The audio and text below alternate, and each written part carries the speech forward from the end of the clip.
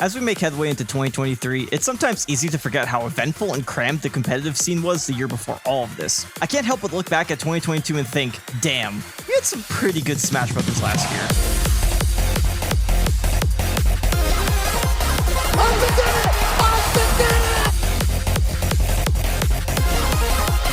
Oh my god, that is it! By 1%! Thou shalt not sleep on the kid! Welcome to Smash Brothers Year in Review 2022. Smash had one of its busiest years yet, with a mix of faces new and old competing for the gold. We saw not just one, but two circuits for Melee and Ultimate, online warriors coming out to offline events and tearing up the scene, unprecedented historic runs for players and characters alike, and every region setting up events to make up for the complete lack of competitive play during 2020 and 2021, with notable events that held some sort of weight almost happening every weekend. Today I am here to break down the major events, the storylines, and the player and character stats behind 2022 competitive Smash Brothers. Let's jump into it.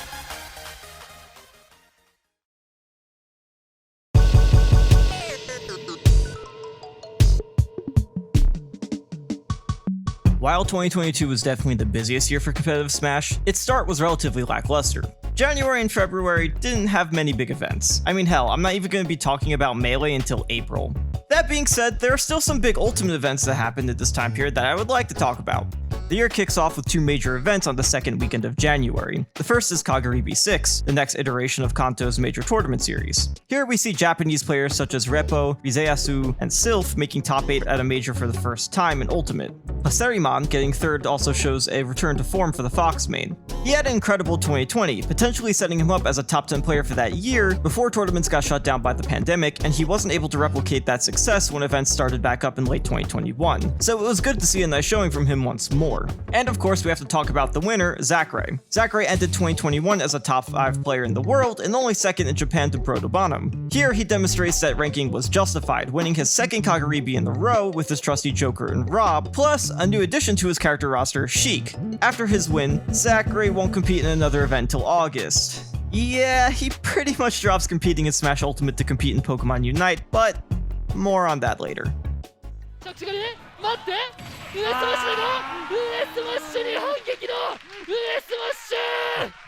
The other event this weekend was Let's Make Big Moves happening in New York City. While Zackray winning Kagaribi was expected, what happened here was unprecedented. Going into this event, the players expected to win were Salt1, who was fresh off of a CEO win in December 2021, and Buzz, who has been inching closer and closer to his first major win, and were seeded first and second respectively.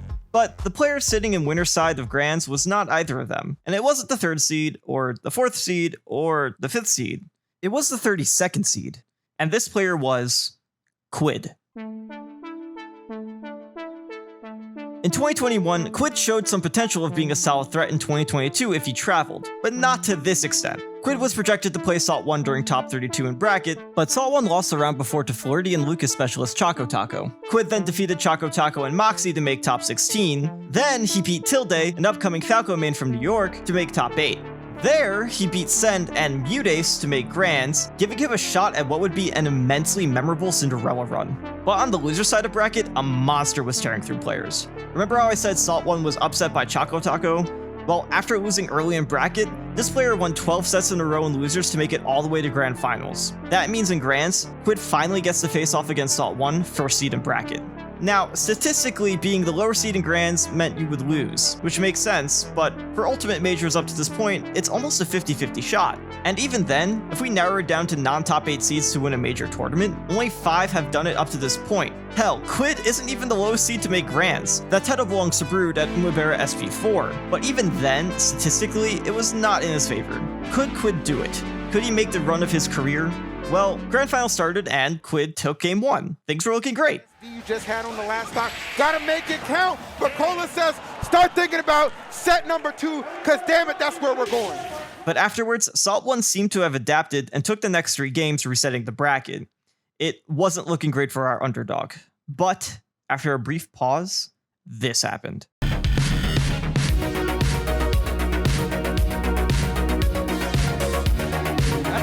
That's gotta be in there right here. Oh, that's definitely, that we call that the exclamation point.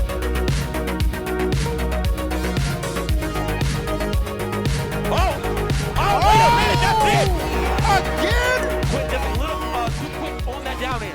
looking for it. He's feeling it. Season up, and there it is in dramatic 3-0 fashion. Your Let's Make Big Moves 2022 champion, that boy Quid! Quid took a solid 3-0 victory to take his first major win ever. An insane difference from his run in Let's Make Big Moves in 2020.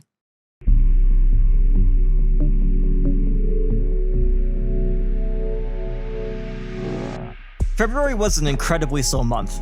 While there are plenty of regional events for Smash, well, mainly for Ultimate, there kind of always are regional events. Seriously, just look through next month's filter on StartGG and pages of offline Smash Ultimate events will appear. This game isn't dying. In fact, it is very much thriving. This is why I'm mainly focusing on majors and other significant events, or else this video will never end. The only major that happened this month was another event from the Glitch series in Maryland, Glitch Infinite. A themed event inviting fighting game character players that also attracted some top talent. This event was definitely one of the most interesting majors this year because there wasn't a clear-cut top player who was favored to win. There were strong players such as DeBuzz, Gluttony, Salt1, and Light in attendance, but none of them placed higher than 5th. Also, none of them were the first seed, but we'll get to that in a second. One of the theme-invited players did make top 8, Vendetta with his Ken, defeating Light and Goblin. The top 4 at this event all had historic runs for each of them. At 4th, there was Gact, the Ness main from Japan, and has a claim for the title of Best Ness. He had his best run in the US to date here, taking wins off of Gluto and Salt1 in the process.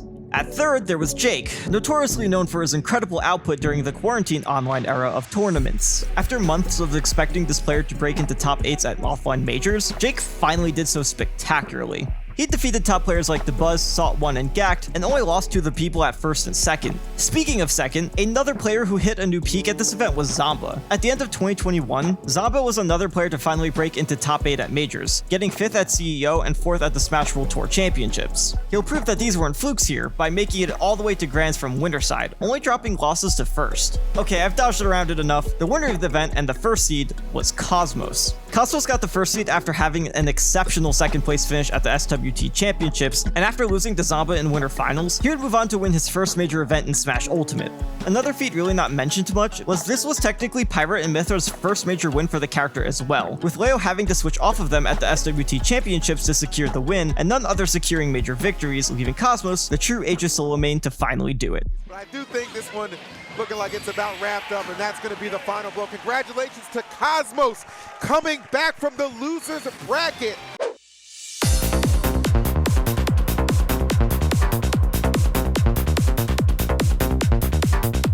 March was the true start of the competitive Smash season. No, literally. The PGR seasons came back after being absent since 2019, with Melee and Ultimate's competitive season starting this month. The first event to kick it all off was Smash Ultimate Summit 4. 16 of some of Ultimate's best faced off at this acclaimed invitational series in an event that set up the tone for this upcoming year. One of the biggest shocks of this tournament was that for the first time since May 2019, MK Leo did not place top 2. In fact, he placed 4th. He took losses to Light and Gluttony in the group stages, and in the final bracket was defeated by Spargo, number 2 in the world coming into this season, and Proto Bonham, who was number 1 in Japan for 2021. The big talk of the town for this event was Spargo. You see, before this event, Spargo was the player that everyone expected to win a major eventually. In 2021, he was continuously making top 3 at major events, but was just not able to secure the win, usually getting stopped by Leo or someone else. But this event was where Spargo finally achieved his first major win ever and bested his bracket demon Leo and got revenge for SmashCon Fall Fest against Light in the process. Tries to go center stage. Oh, wow. That forward tilt was godlike. Damn, that might be it. it. That's it. He did it. He got over the hump. The 2nd place curse is shattered and a new Summit champion is crowned. Congratulations to Spargo. The unsigned hype has finally done it, boys. Later the same week, we saw an announcement that would change the scope of this entire year of events. On March 9th, the Smash World Tour was announced to make its return. In 2021, SWT was a series of online events that held an offline championship event featuring all of the winners. This time, it was a proper point system circuit with events across the entire globe for Melee and Ultimate, with larger events labeled as Platinum and Gold events. In fact, the first event, Virtuosity Smash Open, was in 2 weeks and held in Qatar. But before that, Tri-State had an Ultimate Super Major event that we need to talk about. The weekend right after Ult Summit 4, the first open bracket Super Major occurred. It had numerous top talent as well as Tri-State's finest. But there were many questions going into this event. Can Spargo do it again and win a Super Major in an open bracket setting? With Quid entering his second Major of the year, can he prove that Let's Make Big Moves was not a fluke? Will Leo drop below second again for 2 events in a row? Are people finally catching up? Let's talk about it.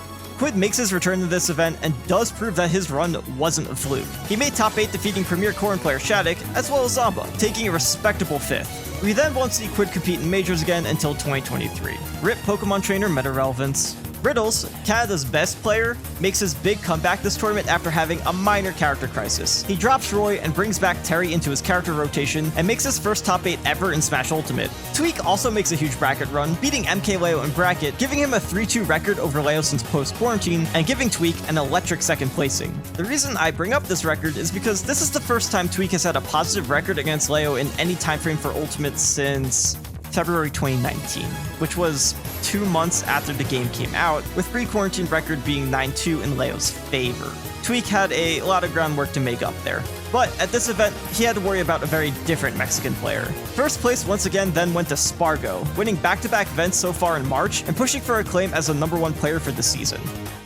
Next time. That's the toughest thing, but there it comes. What a perfect way to close it out. Another week goes by and we have 2 more important events to talk about. The first being the first Smash World Tour event of the year, Virtuosity Smash Open. One of the things I loved the most about SWT was how it helped showcase how big the international scene of Smash really is. It truly helped bring the spotlight of regions that would not get much mainstream coverage. We got to see the greatest of Saudi Arabia, Qatar, Kuwait, and the UAE duke it out at their singular tour stop. The one out-of-region guest at this event was Chag, a Palutena player from Mexico who has made top 8 at numerous majors in 2021. The Middle East put up a good fight against Chag, with Tuki bringing him to Game 5 and APR actually sending him to losers. But Chag ended up taking the event, beating the Middle East #1 player Imas in Grand Finals to take the circuit's introductory tournament. The other event that happened this weekend was actually not an Ultimate event. No, it wasn't Melee either. We're still not in April yet. It's actually a major for Smash 64. Keystone has been one of 64's premier solo events for some time now, and that is still the same for its 5th edition. Interestingly enough, it didn't run with the standard rule set for 64. The tournament was played with 5 stocks, contrary to the regular 4-stock rule set. Winning the event was none other than Smash legend Isaiah, with a mix of Yoshi, Mario, and Kirby. He beat top players such as KD3 and Dogs Johnson, and took his first major event win since Apex 2014. Nice. Oh, and Isaiah And takes it. Wow. What a tournament. What a return to form for Dude, what a- Isaiah, the father of the modern meta. To close out March, we have Project Plus's first summit-like invitational, Project M Theater. Whoa, hold up. Project Plus? Yes! In case you didn't know, Project Plus is a community effort successor to Project M, which initially was called Brawl Plus. You get it now? That brought balance changes to the roster as well as the inclusion of Knuckles, who was close to completion for PM 4.0. P Plus is also now used as a competitive standard for tournaments. This invitational featured 9 of the top 10 from the 2021 to 2022 mid-year ranking, and was one of the most stacked events for P Plus the entire year. It also had the biggest prize pool ever for PM P Plus event, racing over a 35k pot. The event was won impressively by Icy's main Tech Boy, number 3 in 2019, and tied for S+ tier for the mid-year ranking. He dropped 1 set in group phase to Nogs Rob, but afterwards only dropped 2 games to the rest of the event, beating the Doctor, who was tied in S+ tier with Tech Boy, Johnny Sosa, another S tier player, and double eliminating Thunder's Reign, number 2 in 2019. This was also Thunder's first event since 2019, who had an impressive showing defeating multiple top 10 players to take second. Since this event, he's essentially gone back into retirement, not having entered the event since. If you're curious about P+, this event is definitely one I would recommend watching, and keep an eye out for the Project M Theater 2 happening in the near future. I think the forward smash is so intimidating. Oh, 140. And the Nanobolt. Tech Boy with the 3-0. Wow.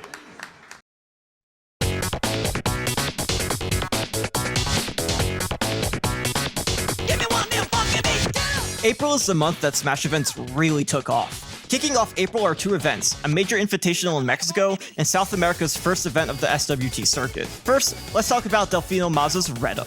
Reda featured Mexico's top talent from all across the country, as well as Ye, Costa Rica's best player, Larry Lure and Goblin from the States, and the best player in Europe, Gluttony. The tournament went on without a hitch, with notably SkyJ's best major performance to date, taking 4th with Incineroar of all characters? Yes, 2022 was one of the years where character variety was incredibly diverse, and SkyJ was notably one of the few players to take a niche character incredibly far. Speaking of niche characters, the one to take the whole event ended up being Corrin. With Sparko starting to take Leo's number, he needed a new strategy, and added a new character to his arsenal, Corrin. This also marks the first of many major wins done by MK Leo for the year, right in his home region. The other event taking place this weekend was Ultra Hard Tournament, South America's platinum event in Brazil. We got to see some of the best from Brazil, Peru, Chile, and Colombia come out to compete. For Ultimate, the player who came out on top wasn't the number one from any of these countries, and the winner was none other than Sekai Dago, a duck hunt main and a tournament organizer from Chile. Those damn TOs hoarding all the money again. This will set up a race between him and another player from Brazil for the South American spot for the Smash World Tour, but we'll get to him later. This was also the first notable Melee event of the year. It was secured by Peruvian Jigglypuff player Amita, who also at one point was number 3 on the Kentucky Melee PR, with Chilean Sheik Riken taking the runner-up slot. Not gonna kill. Can has another one at ledge. Get up attack. F tilt. Dash attack rather, excuse me. And Sekai Dago pops off. He gets a 3-0 victory in Grand Reset and advances into first place, winning the tournament. Finally, it is time to talk about this year's Genesis. Now, for those who have followed Smash in the past, it may seem odd to find Genesis to be happening in the spring rather, like its name would indicate, in January. This was due to COVID scare still happening in early 2022. But now it finally arrived, with an amazing international presence for Melee and Ultimate. We've talked a lot of Ultimate so far, so let's let Melee take the wheel for a bit, as this was its first in-person Melee major of the year. Between the release of Slippy, an online rollback netcode mod for Melee, and 2 years of time passing, the Melee landscape was shaping up to be a much different field than pre-quarantine. You see, because of the success of Slippy, online events took over the landscape during this period, and different players rose up to the top through the grind. There are a ton of interesting factoids to discuss and differences between this event and Genesis in 2020 to talk about, but I still have 65 more events to cover, so let's focus on the big picture. There were a solid amount of top players to watch going into this event. In 2021, there were 5 different players who won major events. Zane, Mango, Cody Schwab, Plup, and Wizrobe were all looking like big threats to win, and even Hungrybox was starting to shine again after his quarantine de-rust. As expected, one of them took the gold, that being Zane, with only Cody Schwab giving him any trouble. But the player that overshadowed the conversation for Melee in this event was actually the runner-up, a player that not many would have looked at as a serious threat to almost win the entire event: Jmook. Jmook is a Sheik main from New York and was relatively unsuspecting of having such a strong run. He had great local results in 2019 and clearly had the talent to make top 8, but oddly wasn't that active during the online era. In 2021, he made it through the last chance qualifier for last year's Smash World Tour Championships, but no one expected the Cinderella run this man would go on at Genesis. He beat Plup, Lloyd, Nunn, and Cody to take second, having a combined upset factor of 11 throughout the whole event as the 21st seed. This run thankfully wasn't Jmook's one-hit wonder, and I would argue his run was a great indication of what was to come for 2022 Melee. For the Ultimate side of Genesis, this event was riddled with upsets. Players such as Aaron, Moist Esports featured Diddy Kong player, Icon, a Midwest Rio player, Orion, a Wolf player from France, and Yanni, one of Steve's premier players during 2021, had some of their best open bracket runs this year at this event, all placing in the top 16 and taking multiple great wins. There was also the French dimension, a side stream with French commentary that if you entered, well, just take a look for yourself.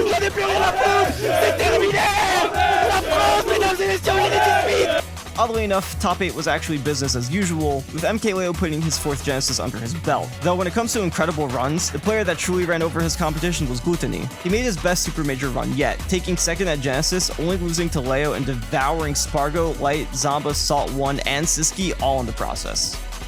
Just a week later, another big event was around the corner. Pound 2022 returned as a major event for Melee and a super major for Ultimate, and was a platinum event on the Smash World Tour. Zane wins another major event from Melee, while we see a return to form for the runner-up Hungrybox, getting a strong 2nd place finish and showing his time streaming and focusing on Ultimate was not going to slow him down. Other players I would like to give a special shout out to is Amsa, the infamous Red Yoshi player from Japan, breaking into the top 3, as well as Leffen, returning to the US for the first time since 2021 and getting a respectable 5th. Other top 8 finishers would Aklo and Kodorin, 2 players that showed great results in quarantine in 2021 and continue to showcase that they can keep up with the top, in addition to Melee veteran Fiction, now favoring to use Falco over Fox. For Ultimate, we had quite an interesting mix of players making the top 8. Gacked Riddles and Zomba returned to the top cut once more, plus new faces such as Sean, an NA traveling Captain Falcon main, and Sonics, the Dominican Republic's best player who will continue to show up in these top 8s as a consistent threat every tournament he appears. White goes on an incredible run, taking 3rd at this event, only getting stopped by 1st and 2nd. But in Grand Finals, we had a repeat of Genesis from just last week, MK Leo versus Gluttony.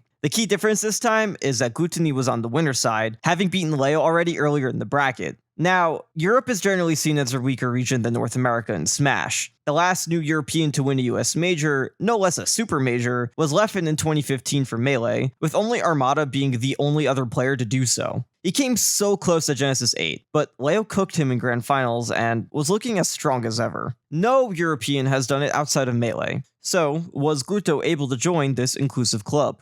Well, let's see how Grand Finals went.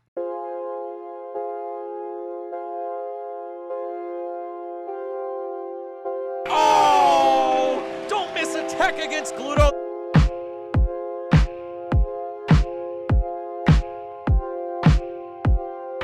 Oh, how did that temper?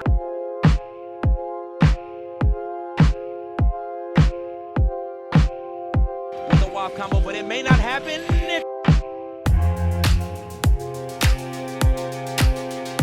Oh my God! Okay. Dropping a down air on his head. Yeah, dropping him down to that loose bracket with him. Oh. Time, no, there it is. And the dash attack for just short. That's it. Yeah, the instant layup. There it is. Every time. Yeah, I gotta go. He still got hit, but definitely got on that field in time. Oh, and it lands. There we go. Game 2 goes to Gluttony. For the last stop, but Gluttony can't rail there is the question. Very close right here. Use the up lead. Whoa! 65% and counting. Oh,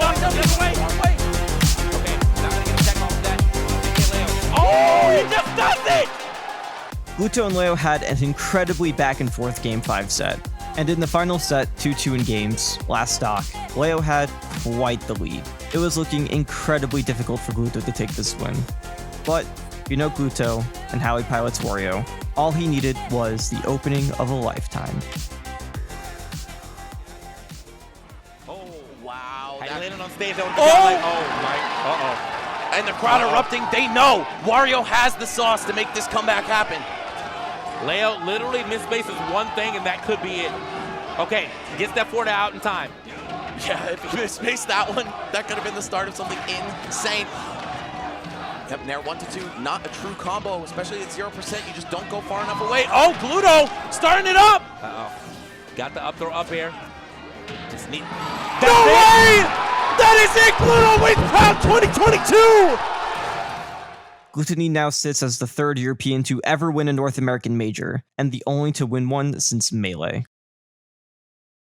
April concluded with Low Tide City, a Texas event series that started in 2021. For Melee, the event was not a major, but I would like to give a shout out to Swedish player Pipsqueak for winning their first NA event ever, especially over players like Axe, the Pikachu Pokemon Master, and Captain Falcon Specialist Mech and Salt, and Falco mates Maggie and Bobby Big Balls. Cheater! For Ultimate, we had an incredible upset where the first seed was sent to losers before top 8. Sparkle was the first seed of the event and was sent to losers by Mutace right before that top cut. Sparkle went on a tear through losers though, going on a 7-set losers run, and it was no small feat at that. He beat Ned, the USA's best Sephiroth, to make top 8, and then took down Meister, Louis Money, Zamba, DeBuzz, and Salt 1 twice to take the entire event, with Louis Money, NorCal's premier Palutena, being the only one to take him to Game 5 that entire run.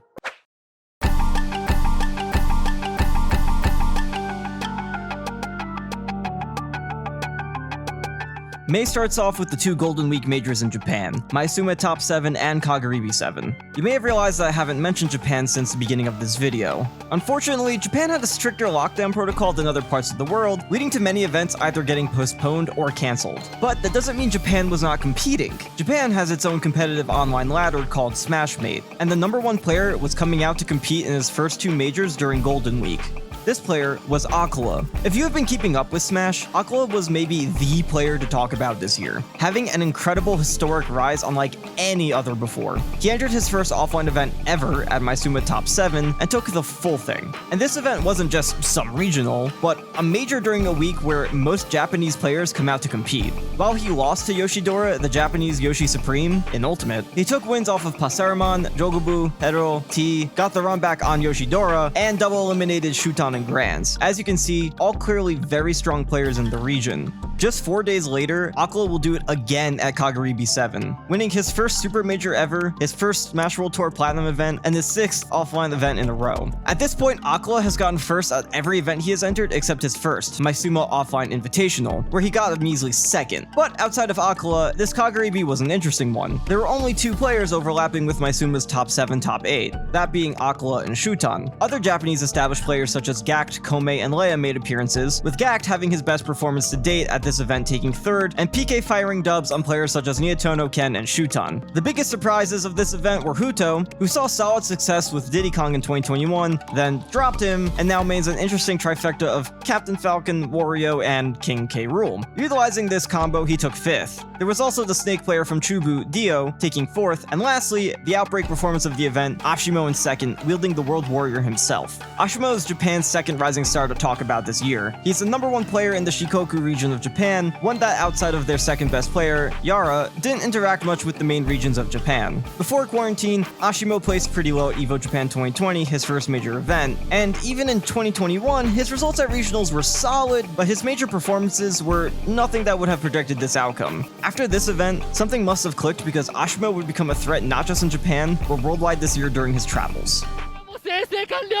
これはもう完全にアコーラのものなのかブロックも完成してそのまま3を 1 week later, Melee takes the main stage, with the 13th Summit in full swing. Melee was in unprecedented times, where a bunch of players were capable of winning the event. This event was J-Mook's next big event after Genesis, getting a qualifying spot for Summit from his run there. On top of that, Zane, Cody, HBox, Lloyd, Mango, Leffen, and a bunch of other strong talent were all here. This tournament had some unfortunate issues, with some cases of COVID affecting the players from playing some sets, but that doesn't mean some good Melee didn't happen. The player that everyone was of course looking out for here was J-Mook, and he showcased that he was here to stay at the top, taking 4th place with wins over Kodorin, Leffen, and getting the run back on Zane from Genesis Grand Finals. But his run will fall short, losing to 2 players he beat at Genesis, Cody and Plum. I haven't talked much about him yet, but Mango had an interesting run as well. He dominated his day 1 round robin pool, not dropping a set. But on the day of the finals bracket, he went 0-2, losing to Hungrybox, though they've played so many times that we know those sets can go either way, but was shockingly upset by Kodorin, a player he hasn't shown to struggle against before. This event would be his 3rd in a row where he failed to make top 8, even though going into this year, he was sitting as one of the top 3 players from 2021. The winner of the event was Cody, who didn't drop a single set in his run and had an incredibly controlling victory, only going to Game 5 with Plup in Grand Finals in the Fox Ditto. Why's your line? There it is. And there it goes. Back. Oh man. Back. Oh man. Oh man, not again. Also this weekend was an SWT Gold event in Australia for Melee and Ultimate, Battle Arena Melbourne 12. To quickly summarize, for Melee, this event was won by Fox player Sock, the 2nd best player in Australia. For Ultimate, it was taken by Young Link specialist Jay Dizzle, Australia's best player. And then the following week, the Smash World Tour train would continue as another gold event appeared to happen, this time in Cuba. Cuba is a scene we don't get to see or hear much about, and top Mexico players MK Leo and Chak went to snipe the event. With a strange character pick at the time, Leo played only Rob at the event, instead of any of his traditional swordy lineup. Leo took 2nd to Chak though, who now has won his 2nd SWT event, both outside of his home region. Just a few days later, Panda, the main esports team supporting competitive Smash, announced an officially licensed circuit in North America that was also in partnership with Nintendo. This circuit would feature both Melee and Ultimate across multiple events, starting in June with CEO. The general vibe from the community at the time was cautiously optimistic, considering the history though of Smash and Nintendo prior. But Smash now had 2 circuits running and was about to enter the most active the scene has ever been with event volume and globalization as a community. This could have helped push the scene closer to financial stability for a lot of people involved in the scene, both players and those working behind the scenes. Unfortunately, that cautious part ended up aging well. We'll talk about how all this unraveled when it happens in the timeline, but for now, there are still a multitude of events to cover, with the last one in May approaching. The last event of May was the Georgian Super Major MomoCon. This event was also another SWT event, this time a gold tier. Top players from around the US were drawn to this event to score some large points toward the circuit, mainly from the East Coast. We saw a myriad of interesting results at this event. Salt 1, similar to Let's Make Big Moves, got upset early in the winner's bracket, this time by the Luigi player named Camerific, but unfortunately did not have the same success in losers of that event. He ended up failing to make top 8 for the first time this year, after doing so for the past 9 events in a row, falling to rails just before 9th place. After making waves during the quarantine era by defeating multiple top players, the young Georgian Steve and Pokemon trainer player Didi finally entered his first major. He went on a crazy run, defeating strong players such as Jake, Dark Wizzy, Louie Money, Goblin, and Riddles. He ultimately was defeated by Meister in a close Game 5 set, taking 5th at his first Super Major ever. Speaking of, Meister had his best run of the season so far. With his only major top 8 this season being at Low Tide City, Meister finally put up an amazing result on the board with a 3rd here at Momocon, double eliminating Tweak's Diddy Kong and Sephiroth in the process. Meister ultimately falls twice to the 2nd place of the tournament, The Buzz, who has been a roadblock for Meister post-quarantine, now sporting a 4-0 record over the Mexican Game & Watch. Speaking of roadblocks, The Buzz runs into his brick wall and gets completely run over by Light. Light takes this event with ease, winning his first Super Major post-quarantine and sporting a 3-0 record over The Buzz as well, which by the end of the year will be a 5-0 record, truly becoming The Buzz's bracket demon. Off the edge, the 2-frame not going to connect here. Wow. And that was the perfect fair, man. You see him pop up there.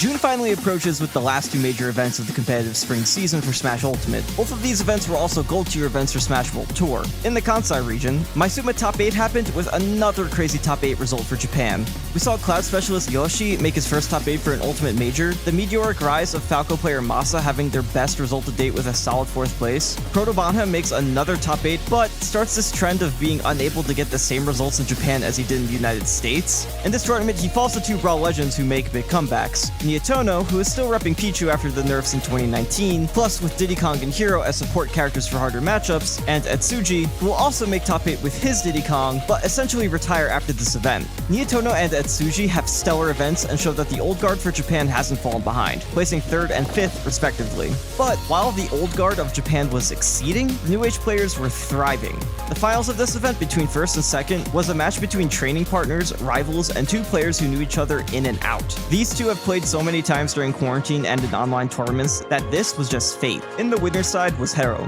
the Bowser player who was always known for his strong record at online Smash events. He finally started entering offline tournaments in Japan in 2021 and saw immediate success. On the loser side though was Yoshidora. This player pretty much defined the current Yoshi meta and was easily a contender for top 10 in the world if he entered more events. Both of these players have never won a major before offline, and with Hero beating Yoshidora already in bracket earlier in a close 3-2 set, this could go either way. It came down to who wanted it more. Grand Finals begins, and Yoshidora just mops Hero, taking the first set with a swift 3-0 and completely resetting the bracket. Hero had to figure something out fast. And just after a break between, we had a set that truly showcased the rivalry between these 2 players.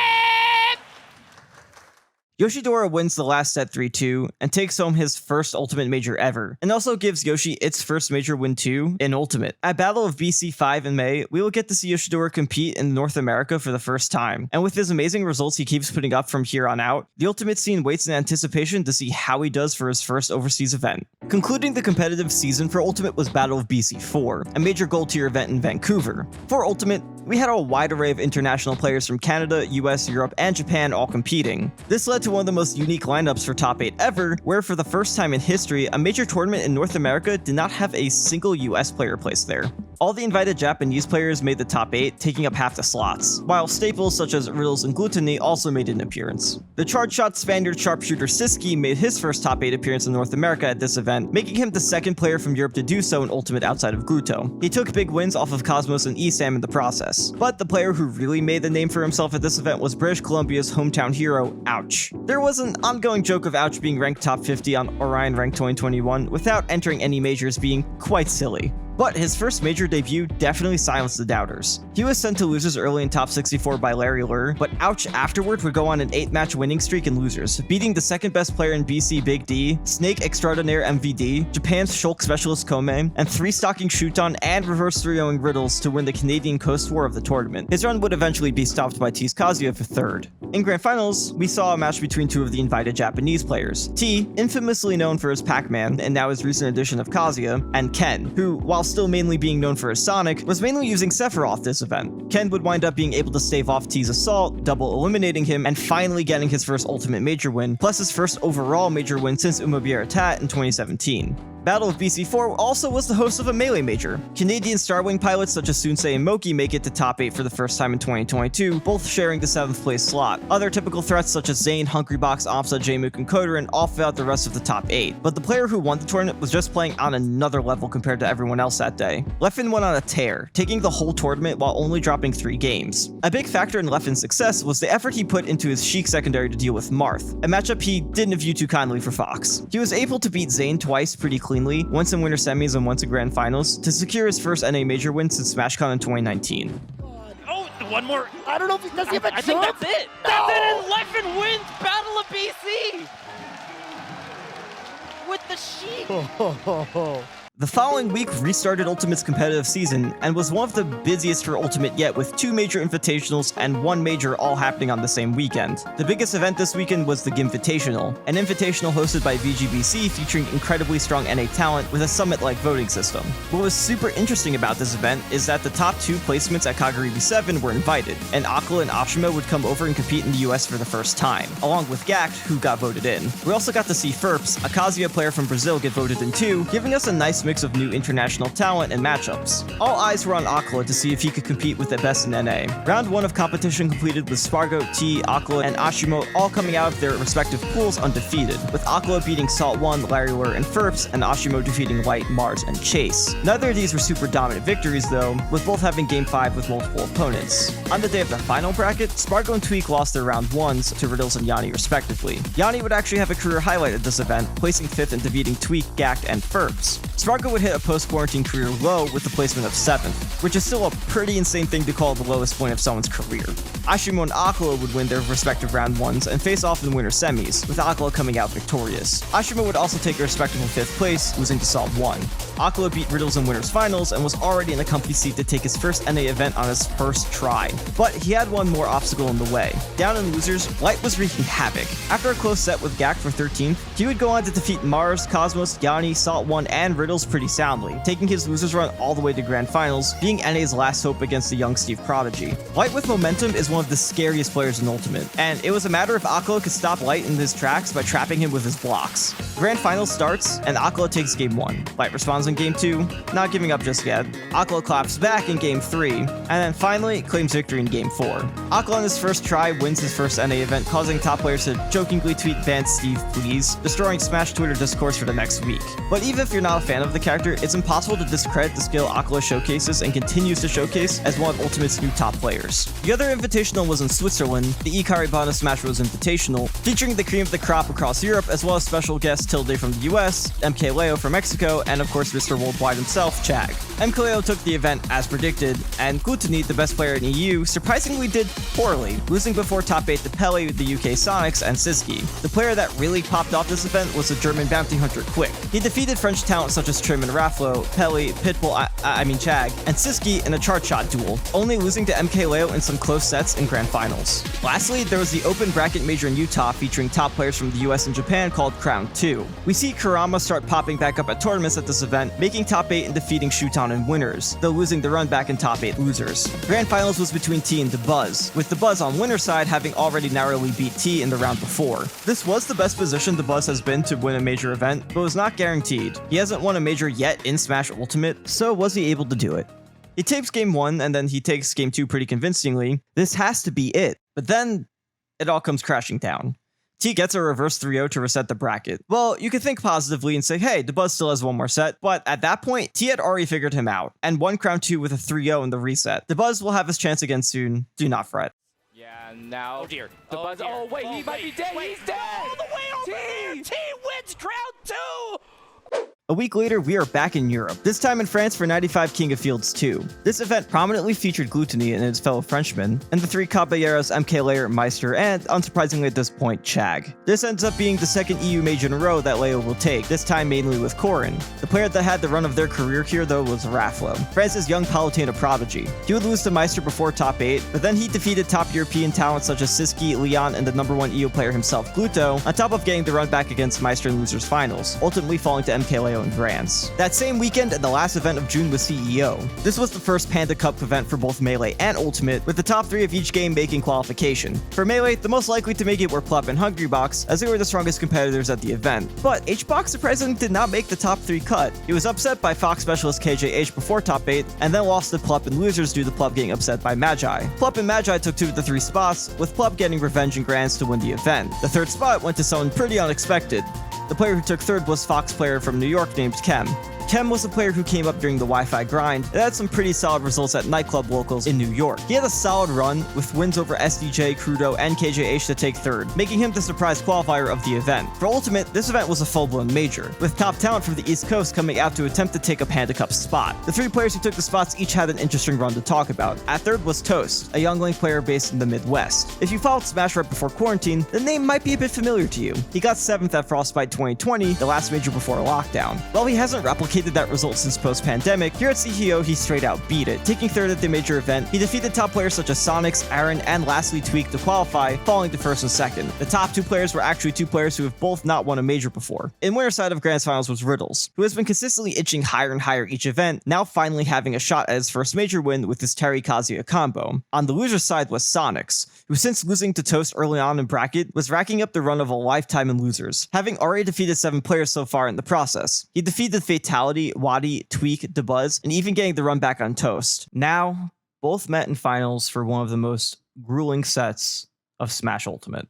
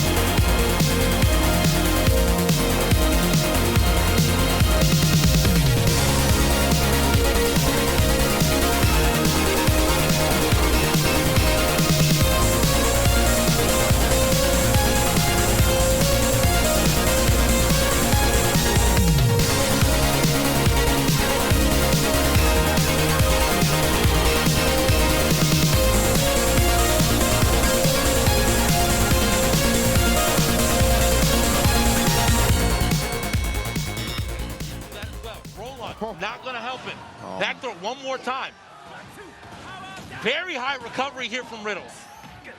And you're gone, though. The neutral air back air, and Sonics has done it again. My God.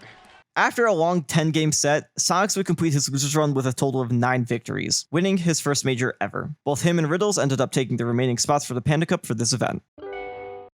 Let's take an intermission real quick to talk about character stats. If you did not know, I used to write character stat articles for PG Stats, and this segment is a part continuation, part evolution of the series. I will leave the latest articles linked in the description below, in case you're curious about my prior work. The infographic on screen right now showcases each character's placement percentage. A placement percentage signifies a percentage out of all counted tournament results for the first half of 2022, in which a character successfully placed. As you can see, of the 82 unique characters in the game, 44 accounted for at least 1% of results, which is 3 characters over half the roster. Rob continues his trend of #1 for the 2nd season in a row, or 3rd if you include the Wi-Fi era in 2021. Characters who have been meta threats in Season 1 such as Palutena, Wolf, and Snake continued to showcase strong showings, with all of them not dropping out of the top 5 offline since release. Fighter Pass 2 characters were always hotly debated on how powerful they were, and this season really brought these characters to the forefront, with 2 in the top 10 and 4 of them in the top 20, and Sephiroth just outside at 22. Sora also had his first full season since release, and while not nearly as high as his 599 counterparts, he still managed to find a spot in the meta, making over that 1% threshold.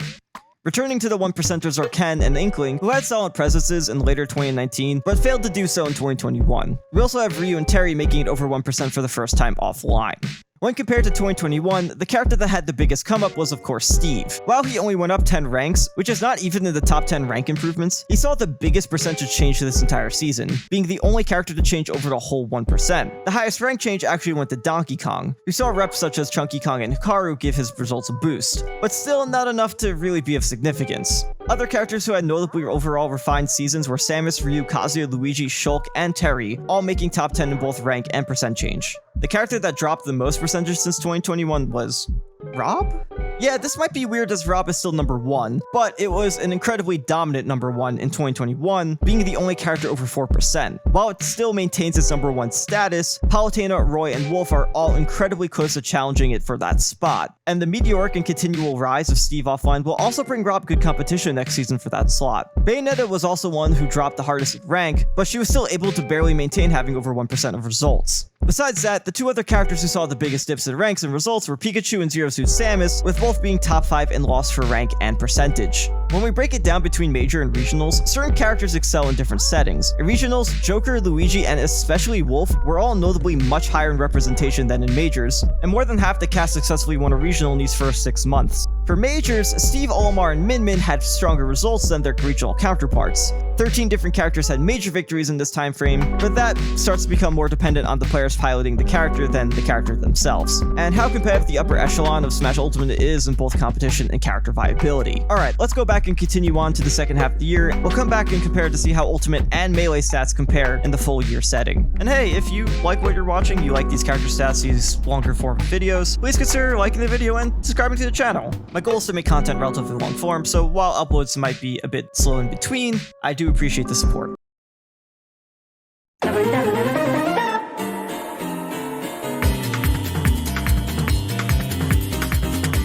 The year kicks back off with another Platinum event for Ultimate. This time, we are back in France for EU's only super major of the year, Colossal. A ton of PR talent from Europe showed up, plus international guests from the US and Mexico. The player that everyone was eagerly waiting to see at the major EU tournament was Boon Forever, England's best player.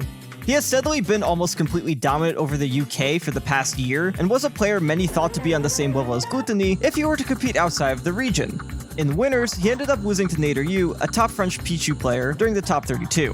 But afterwards, he would go on an incredible losers run and place 4th at the event, defeating top talent across the EU such as Quick, Mr. R, and even Gluttony himself, making Bloom the highest European to place at this event. Unfortunately for him though, he was stalwarted by the 3 Caballeros, with all 3 of Mexico's invitees taking up the top 3 spots. In winners finals, we had a very familiar matchup, MKLeo versus Meister. Now, prior to this, Meister has never beaten Leo, being 13-0 in Leo's favor since Ultimate's release. But finally, Meister took his first set against Leo ever, beating his Corrin. Unfortunately though, in Grand Finals, Leo would swap to Aegis and very swiftly defeat Meister twice. But hey, he finally got one. No one beats Meister 13 times in a row. On the same weekend was Get On My Level, the classic Canadian major for both Melee and Ultimate. This event was both a Platinum event for the Smash World Tour and a Panda Cup qualifier for the top 2. For Melee, we had a very fresh top 8, and now a Canadian tournament tradition, I guess. 7th place was claimed again by 2 Canadian players, Nun and Moki. Mango finally made his first major top 8 of this year, proving he could still compete with the rest, and started to show an upswing for Melee's favorite player. The surprise performance of this event came from 4th place finisher, Joshman. Joshman hails from Australia and goes on the best run any Australian has had in any Smash game at a major event, defeating strong players such as Cody, Amsa, and Moki. Jmook and Zane take 2nd and 3rd respectively, showcasing their still strong consistency and a threat to the top, plus Jmook also taking a Panda Cup slot. But Jmook's first major win will be delayed once more, as a different player gets their first offline major win since pre-quarantine. Winning his first major since early 2020 is Hungrybox, taking his 3rd Gommel title and also qualifying for the Panda Cup after failing to do so at CEO. For Ultimate, there was a completely different story. While Melee saw the return of glory for the old guard, Ultimate saw the takeover of the new guard. Sitting at the bottom half of top 8 were the Moist Squad, Salt 1, Aaron, and Goblin, and joining them was a player that, after making multiple top 8s online, Syrup finally breaks through offline and makes his first offline major top 8. Riddles makes Canada proud, taking 3rd, but falls to 1st and 2nd. In 2nd, we have an old school player finally breaking through in Ultimate. The player aptly named Big D puts Ice Climbers on the map, defeating Aaron, Syrup, Cosmos, and Riddles, only falling to 1st. He puts up the best Ice Climber result to date here and takes a slot for the Panda Cup. But first place went to a player who was quietly on the rise in 2022. Earlier in the year, he started an ascension in the state and quickly took the #1 spot in Michigan. 2 months prior to get on my level, this player won the Super Regional Combo Breaker over players like Ned, Waddy, and MVD. At this event, this player won his first major ever, defeating Big D Riddles and Salt 1. This player was Onin. Onin became the NA Steve player, and from here on out, will continue to be an incredibly strong threat for the year and a consistent placer making multiple top 8 in future events. God, how did that work? Oh. GG's though. Goodbye, good night, and that's a Steve W in Gommel 2022. Feels like they don't stop, man. First it was a Cola at the Invitational, and now Onin at both Combo Breaker and here at Gommel. Michigan rushing the stage. They're so proud of their boy, and how could you not be, man? Just a week later, another joint game major between Melee and Ultimate, this time in Las Vegas. Ladies and gentlemen, I present to you Double Down. We start again with Melee, which was less stacked between the two. That being said, there were still major winners such as Hungrybox, Zane, and Cody there, plus strong, consistent top 8 talent like Amsa, Fiction, and Kodorin. But the two players who hit their career highs here were the two players playing characters who most would consider meta. Well, 3, with Junebug playing Dr. Mario and making top 16, but he DQ'd to attend a magic show the next day. The first one was an Ice Climber player, now regarded as the best one. This player was Slug. He would go on and place 4th, taking down Kodorin and Zane, who at this point was considered the potential #1 player in the world. He put up one of the best Ice Climber performances post-quarantine at this major, and proved that Ice Climbers were still valuable without needing to wobble. The other player who took 2nd was Amsa. Many outside of Smash may have heard of Amsa, the Red Yoshi player from Japan, just due to the fact that compared to the primary popular characters of Melee, he plays Yoshi. Amsa would go and place the best he has ever done at this major, making it all the way to Grand Finals, but unfortunately, he couldn't clutch the major win. Still, 2nd place with a character like Yoshi is an incredible feat, and shows just how much Amsa keeps improving. He ended up getting double eliminated by Cody, who took his 2nd major for the year. Ultimate, though, was a bloodbath. This event had a worldwide crew battle between US plus Canada, Japan, Mexico plus Caribbean, and Europe. With those players invited from around the world, the main bracket was incredibly tough for any competitor, with players who have made top 8 in a major this year already dropping before top 32. Some notable players were Boom Forever coming to the US for the first time and making top 16, along with Kurama and Apollo Kage also continuously improving and both taking 9th. On the bottom half of top 8, we see familiar faces such as Battle of BC4's winner Ken, Mr. Consistency Salt 1, Jake returning for the first time since Glitch, and a new face, Jackal. The Wolf player from Tri-State who has had plenty of strong runs before, but really showed up this event. Double Down was his first top 8 appearance since SmashCon Fall Fest in 2021, and his run was quite the impressive feat, defeating Riddles, Boom Forever, and Apollo Kage on the way. The Buzz continues his impressive run these past few months with a solid 4th, though he unfortunately ran into T, who was starting to become a bit of a roadblock for the Buzz and took him out. And then T would take 3rd, who then themselves ran into their historical roadblock MK Leo.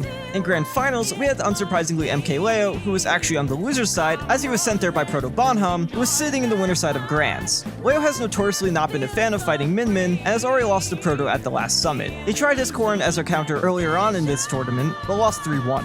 In Grand Finals, he pulled out what nobody expected. Remember back in May when we were in Cuba and Leo went Rob the whole tournament, and it just seemed like a funny secondary pick at the time? Apparently this whole time, he has been working on it as a Min-Min counter. Grand Finals started, and it came down to if Proto could adapt to his surprise pick. But in the end, Leo got reset, and unfortunately for him, Proto caught onto the Rob and took his first major, nevertheless super major event in North America. As you may have picked up on, Japan has been kind of dominating major events these past few months. With the past 4 events that Japanese player was invited to in North America, every single one of them was won by Japan, and all of them were won by different players. Even if they took 2nd in the crew battle to the US plus Canada team, they were looking like the best region in the world right now. But how long would this continue? Only time would tell.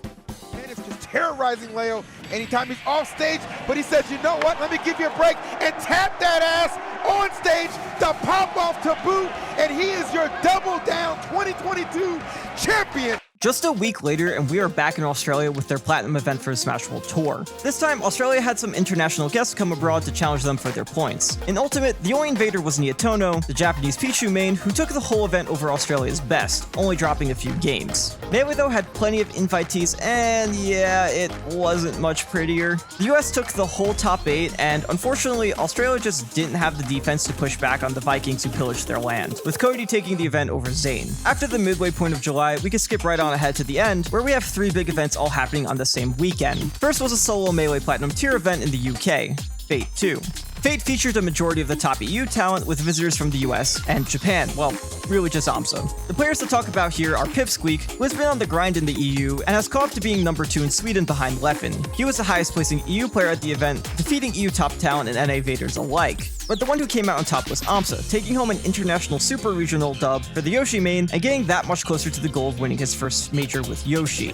Ultimate had another major in Japan this weekend as well, but unfortunately due to COVID scares, this event suffered with multiple DQs. There was still plenty of top level Japanese talent there though. Protobonham, Shuton, Ken, Yoshidora, they would all make top 8 at this event, along with players such as Gak Basaraman and Shirayuki all performing strongly, gaining a top 16 placement. We also saw the top 8 return of Umeki, a strong Daisy player who also TOs the Umaburo series in Japan, and a new face in top 8, Futari no Kiwami, a nice climber player. The old guard Japanese player that really showed up was Abadango. Since the beginning, Appa was never too consistent on his character choices and tends to cycle through many. But this event solidified his odd trio of Meta Knight, Samus, and Palutena. They all brought him a successful run to second, where he took down a ton of Japanese talent. He beat Kameme, Yoshidora, Protobonham, Ken, and Shuton, with his trusty Meta Knight doing most of the work. Though he lost to first place, struggling to take a win over them and getting double eliminated.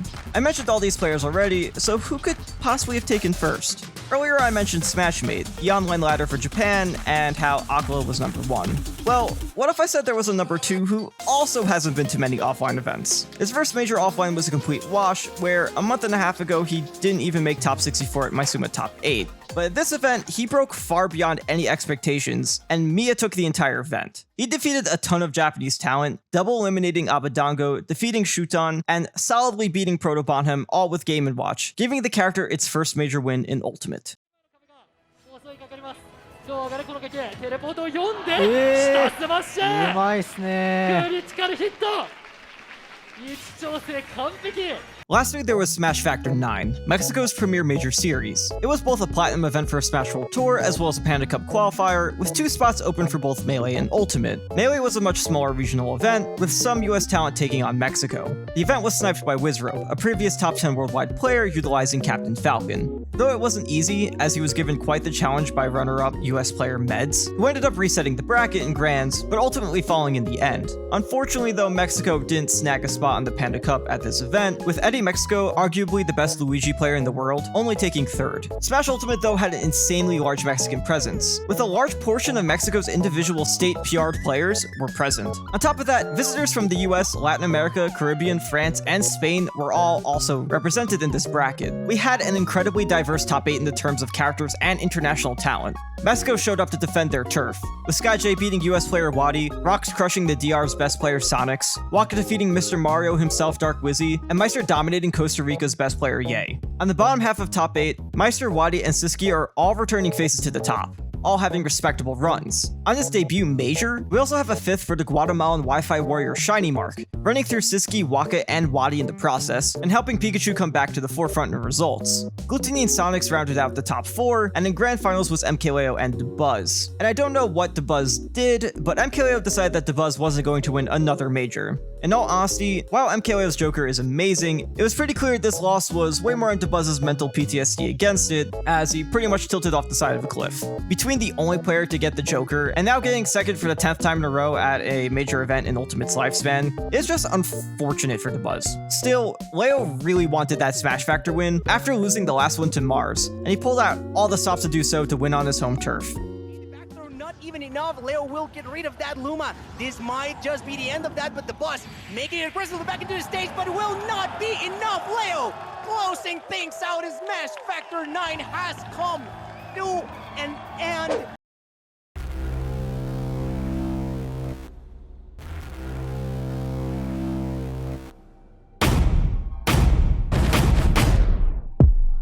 We get a small break in the beginning of August, as EVO happens the first week, but with no Smash this year. The weekend afterward, the East Coast's biggest event of the year occurred. Super Smash Con, a platinum event for Melee and Ultimate, runs all Smash games, so for this segment, we're going to go over each briefly. For Smash 64, the winner was the Japanese Yoshi player Kuraba.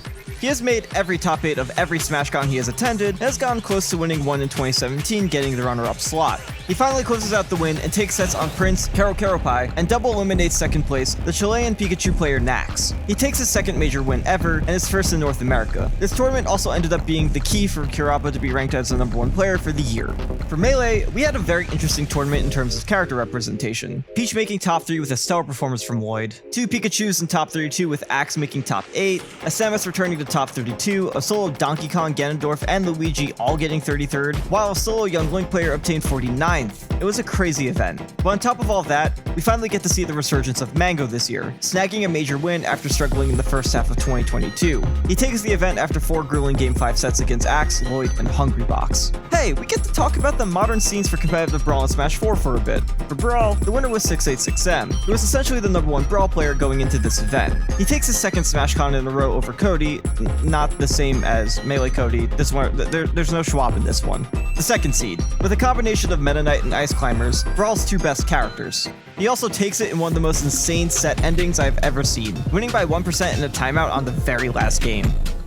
That's what I would say. Oh, wait, no way! And 666 wins by 1%.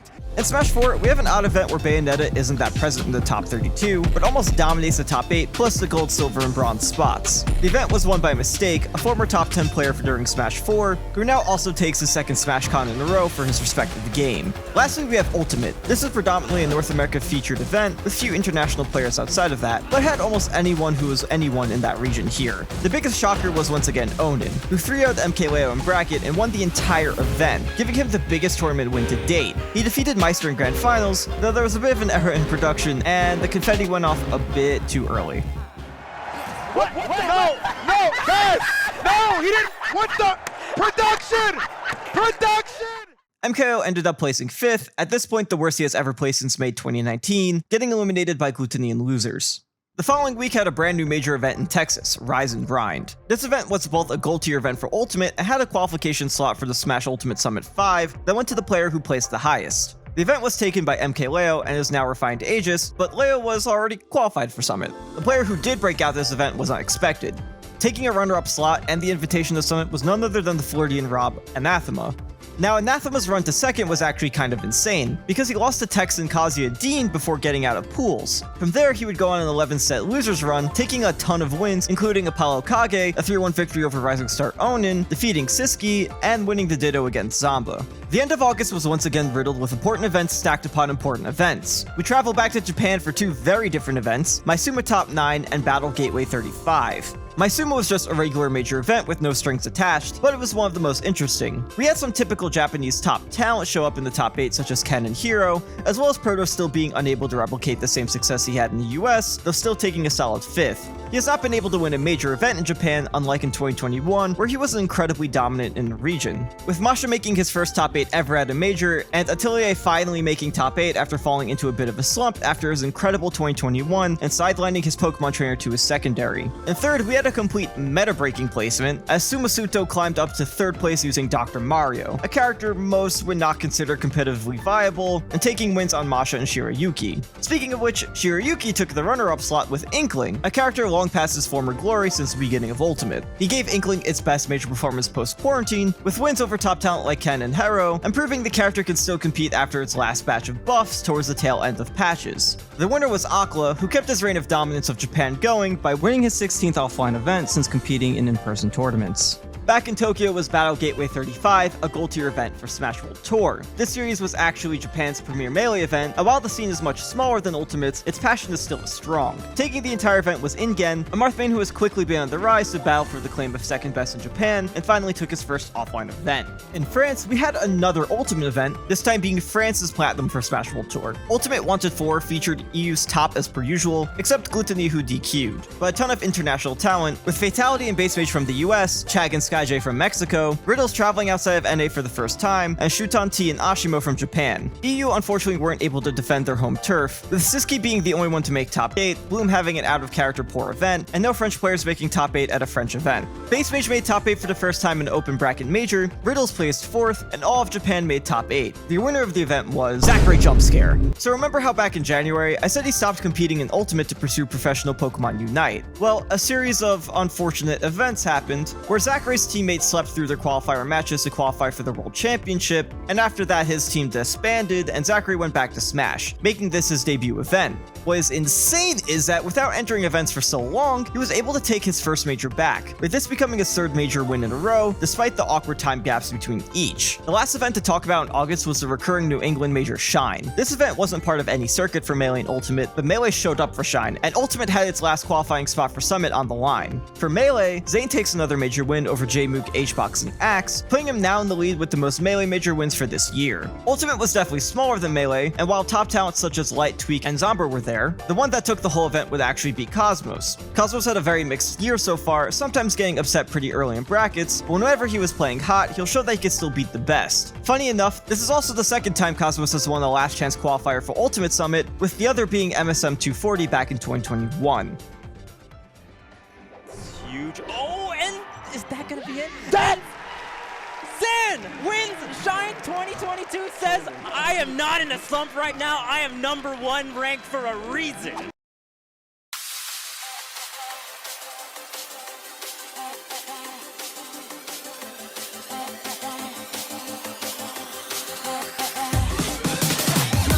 September was a weird month for competitive Smash. The volume of events that held some sort of weight for circuits was high, but the actual quality of competition wasn't up to snuff compared to other months. This was definitely the month where we started to see the ugly side of consistent events mattering, as player burnout started to become an issue, and something that plagued the whole fall for this Smash season.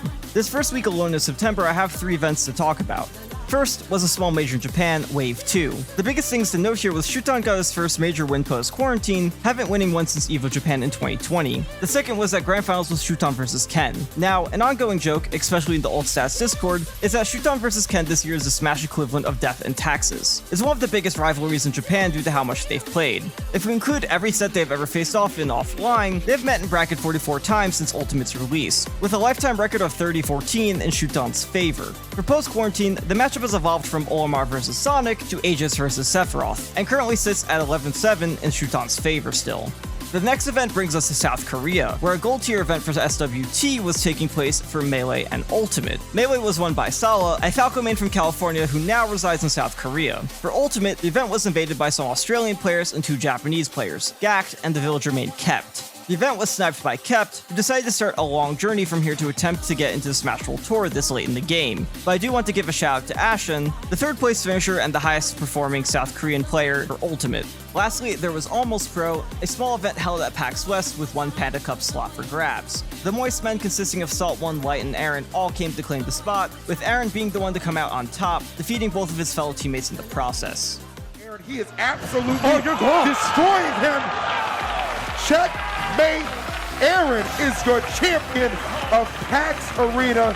Another week went by and another round of tournaments. Starting it off was Riptide. This major event we see Hungrybox taking another Melee major, with double wins over Plup and J-Mook plus a win over Moki. This now made HBox tied for the 2nd most Melee major wins this year with Cody.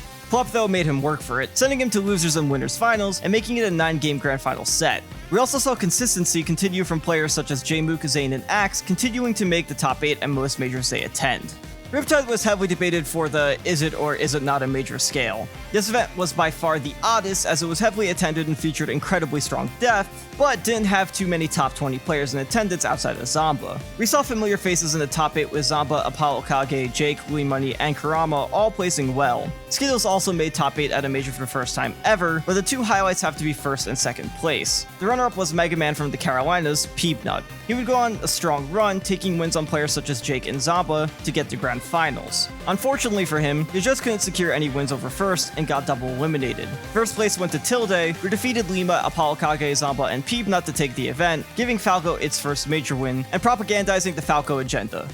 In the walls of Riptide was Undertow. The P+ major held the same weekend in Ohio. We saw Techboy, one of the 2 players tied for 1st in the 2022 mid-year ranking, fall at 4th place, losing to 3rd and 1st. 3rd went to an old guard PM legend, Lunchables, who as mentioned defeated Techboy as well as longtime Squirrel champion Dirtboy, falling to 1st and 2nd. 2nd place was No, a Donkey Kong player who really came into their own in 2021, taking over the best DK title from Thunder's reign. He defeated Rangunshu and Lunchables, but ultimately fell to Rangunshu who took 1st, with No being every set and eliminated in grand finals. According to Wikipedia, this is both Rangunchu's first major win in Project M and Project Plus, and also gave Lucario its first major win ever in Project M history, with now 19 characters total taking a major victory. Lastly this weekend was Treta, a gold tier event for Melee and Ultimate in Brazil. Melee was taken by a Sheik player called MCS33. I couldn't find much about the player outside of their character, but they were the 4th seed of the event and just barely took the event over Peach player Alexio. For Ultimate, this event was taken by Ferps, the player I mentioned earlier who was at the Invitational, taking it over fellow Brazilian players Nathan and rival Gotham, who are now 4-4 in offline sets. In the following week, Smash Ultimate Summit 5 finally came, with one of the most stacked lineups in Ultimate Summit's history. Top players from the US, Mexico, Canada, Japan, and France were all in attendance, and the outcome of this event was genuinely incredible. For pools, Proto Bonham and Riddles came out undefeated in their pool, with Tweak taking his over Spargo due to sec records, and Aquila clutching out theirs in tiebreaker sets with the Buzz and Cosmos. The Gauntlet phase was just as insane, with T3 Dom defeating the Buzz, and Gluttony beating MKLeo again, making Leo start in losers for the final bracket. The final bracket was also riddled with upsets. Round 1 losers had Ouch over Cosmos, winner quarters had Salt 1 finally taking a set against Aquila, and Proto Bonham clutching out a set against Spargo in a close 3-2 set. Then in losers round 2, we had the classic matchup of MKLeo versus Tweak, and crazy enough it was for 9th place. And this set started off incredibly weird. It was Aegis versus Diddy Kong, and Tweak washed him game 1, and then rinse and repeat for game 2 as Tweak was just dominating. But then Leo switched to Byleth, and the greatest ultimate set truly began. No double jump here. I think that's it, yeah. Tech chase here. Classic. Wait a minute. Good patience for both of them not to fall. On the hunt right now. Oh my god. And Tweak going off stage like that is great, but that conversion. Wait a minute. Double jump. Double jump. He's dead. He's dead. Oh my god. The risk, and that's all it takes. Wanted to go back on stage either way, Leo. Opportunist as always. Kind of feels like he's gaining control. Man, he is playing so well around the mana too. Like using the right aerial again. Fast fell at that time. Off the side. After incredible clutch plays, Leo ties it up 2-2. It felt like history for Tweak was once again about to repeat itself. And then, against all odds, this happened. That's gonna be a lot. Can he hold this down right now? 90 seconds left too. Is the opportunity right 90 now. seconds left, Yep. honestly. Okay. He's just waiting. He's chilling, He yeah. doesn't care. It's fine. Oh, Yeah! Oh my god! Tweak does it with a banana Leo's The out. patience at the end by Tweak, the Slim Reaper. Coming through. Tweak wins 3-2, eliminating MKLeo and giving Leo his worst placement since Umebiro Japan Major in May 2019. This is the first time Leo would miss top 8 in 3 years, and cemented Tweak now as his bracket demon. Would continue this streak and currently sits on a 6-2 record against Leo post-quarantine and an 8-11 lifetime, closing in and catching up after struggling to close out close sets against him in 2019. I'm talking like this was grands, but this was for 9th. After that, we had notable sets in top 8 with Aquila getting 4th, defeating Tweak and Riddles, Gluto beating Spargo, eliminating him for 7th, and Light making a losers run to Grands, defeating Gluto, Aquila, and Salt 1 in the process. Grand finals were between Proto Bonham and Light was playing hot. He 3-0'd Proto in the first round of Grands, but then Proto took a break between sets. This led to Light getting in his own head and losing momentum, but he gave the infamous nickname of Iceman to Proto for cooling off Light with his break, because afterwards, Proto would take the event 3-1 in the second round of Grands over Light. Now, audience at home, if you haven't been counting, this event was now the 6th international event in a row Japan has won, with Proto Bonham being the only one to take 2. Japan truly established themselves as the strongest region this period, with them just going on a tear with multiple players taking majors, plus 2 regionals in 3 months. So now the question was, when will they finally be stopped? Well, a week later, we had another go at this question with Glitch Regen, a Gold Smash World Tour event. In attendance from Japan was Ken, Yoshi, and returned to NA for Kameme, now repping Sora. Japan made it once again to Grand Finals, with this time Kameme stepping up to the plate. Would he bring Japan home another dub? He has already defeated Sonic, Zamba, and Jake in this top 8. It was entirely doable. But sitting in winner side of Grands to stop him and take revenge against Japan was Light. And revenge was indeed taken, as Light finally stopped Japan's streak, winning over Kameme in the clean 3-0, granting him his second major win of the year. To cap off September, we have Smash World Tour's last event in South America, Senkoku Taikai, a gold tier event for Melee and Ultimate in Chile. Melee was won by Chape, a Chilean Fox player, but Raikkonen getting second would cement him as a South American rep for the Smash World Tour Championships in December. Ultimate was won by Frito, Chile's #1 player. The Smash World Tour slot for South America ended up going to Ferps, the Kazuya from Brazil.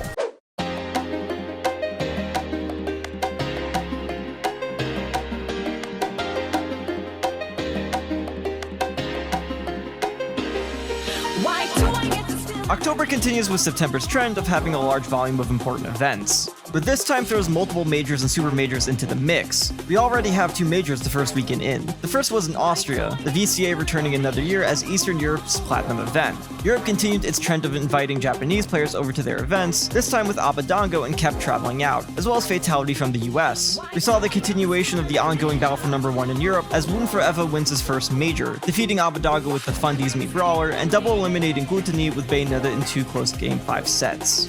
Also this weekend was the Texan Major Lost Tex City in San Antonio, where 3 Panda Cup slots were up for grabs for both Melee and Ultimate, plus was a gold tier event for both games. Melee was the more stacked event, with multiple major winners such as HBox and Mango in attendance, plus multiple players who have already made top 8 that won this year. The Panda Cup spots went to Mango, AMSA, and SFOP, with Mango taking the whole event, taking wins over Plup, HBox, and Kodorin in the process.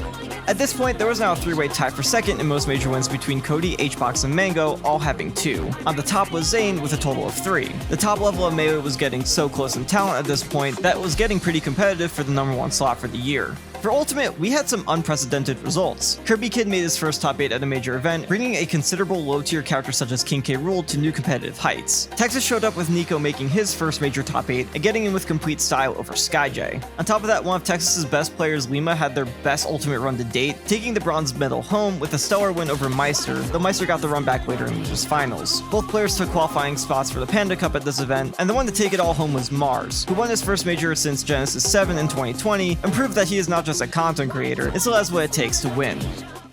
Oh, Mars just in the reversal as well. Goodbye. The following week, we had another pair of Smashable Tour and Panda Cup events. For SWT, we're traveling out to Puerto Rico for First Attack, their staple FGC event, and the Caribbean's Platinum Tier event. While the event was mainly Puerto Rican talent, it attracted players from outside the region who were looking to score points for the circuit, mainly Lima and Kept, who took 2nd and 3rd respectively, with the event taken by the Dominican champion Sonics. Melee was a much smaller event, but was claimed by the number 1 Melee player in Puerto Rico, XL0. During the same weekend though, the Midwest was having one of the most historic events for Smash in recent history. While Ultimate was smaller in scale, it was still a major event with 3 Panda Cup spots on the line. Top 8 for Ultimate saw some new and familiar faces, with Mutace and Kameme both in the lower half, and Dark Wizzy making a return for the first time in 2022. Making their first top 8 at a major ever this event was Shattuck, the Corn Prodigy from Texas. But the Panda Cup spots went to Light, Tweak, and Mutace, who had the highest placements at the event who didn't qualify already. And Onin was here too, getting a very solid 3rd. The winner of this event was Riddles, mainly piloting Kazuya to obtain his first major win over Light, a player who historically has been a tough matchup for Riddles and held a 3-1 record over him prior to this event, granting Riddles his first major win ever in Super Smash Bros. As well as Kazuya's. The Big House 10 was Melee's 2nd Super Major of the year, and potentially the biggest. 3 more Panda Cup spots were on the line, plus a summit spot for Melee's next summit, but Melee had a different storyline building up to this event. The Big House 10 had every 2022 major winner in attendance, and winning this event would be a huge stake into any of their claims for the number 1. Even on top of that, the depth of players at this event who were also capable of making top 8 were incredibly high, making this an incredibly difficult bracket for anyone to come out on top.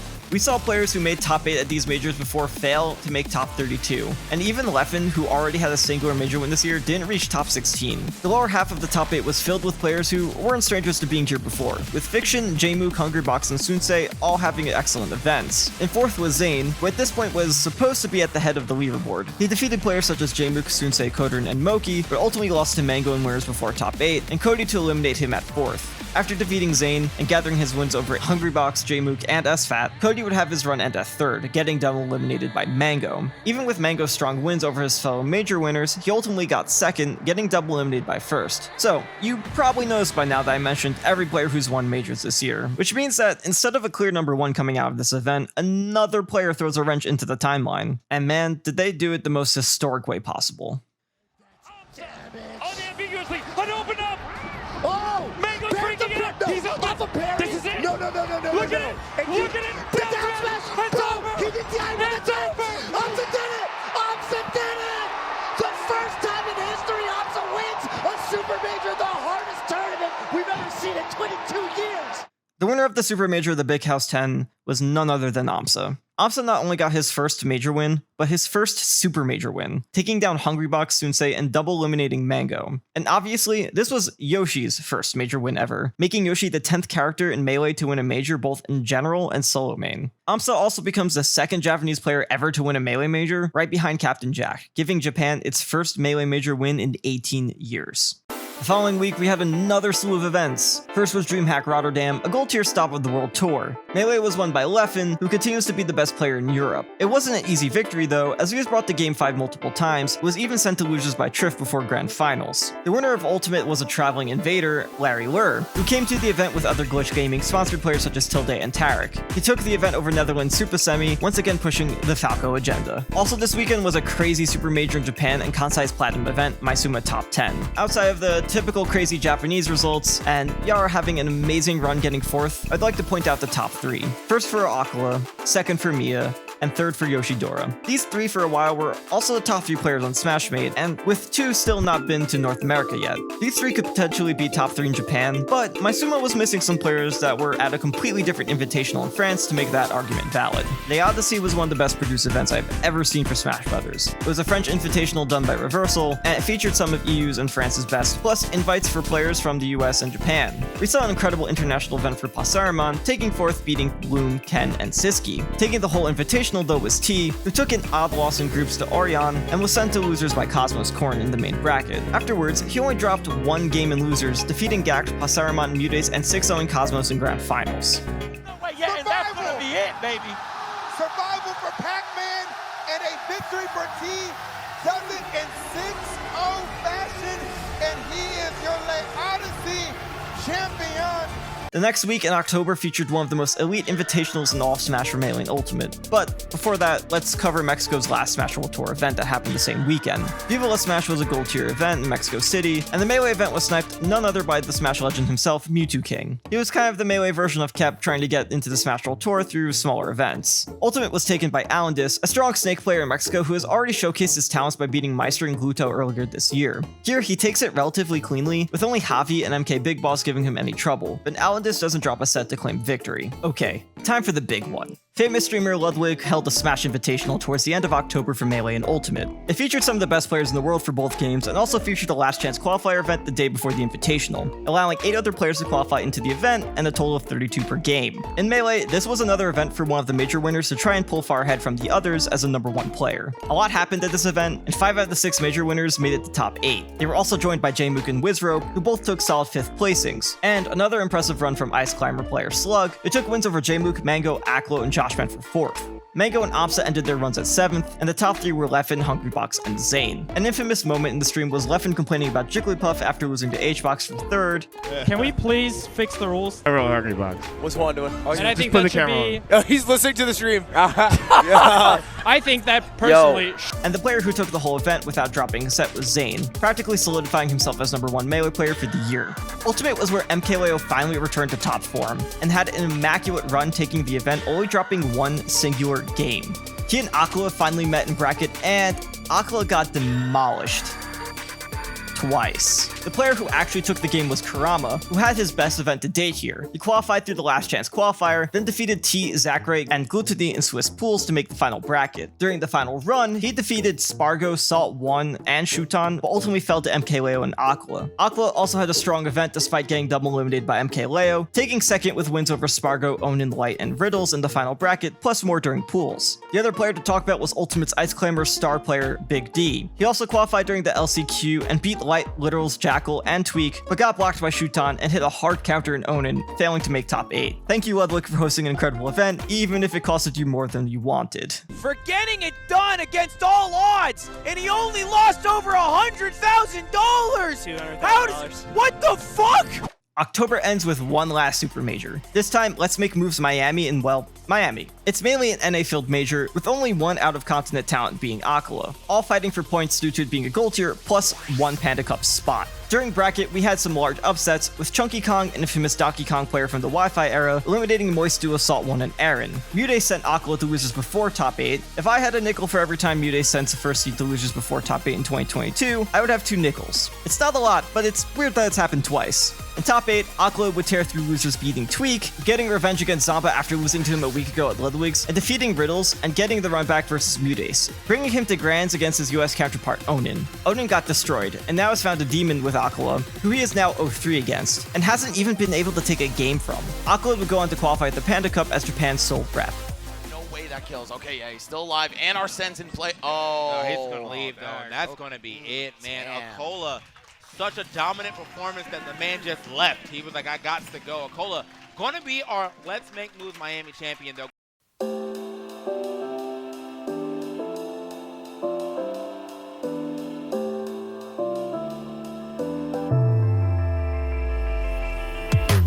November ends up being surprisingly the busiest month of them all, and I have 13 events to cover, and I will be talking about every Smash game while I'm at it. So let's go through these on a higher level than previous for the sake of time. First week, and we already have 5 events to start off November. In Japan, there were 2, with Callan 3 being Japan's last gold tier, set in the Kyushu region. There are 2 things this event is known for. 1, for being Mia's second major win, and 2, its crowd. Just listen to this.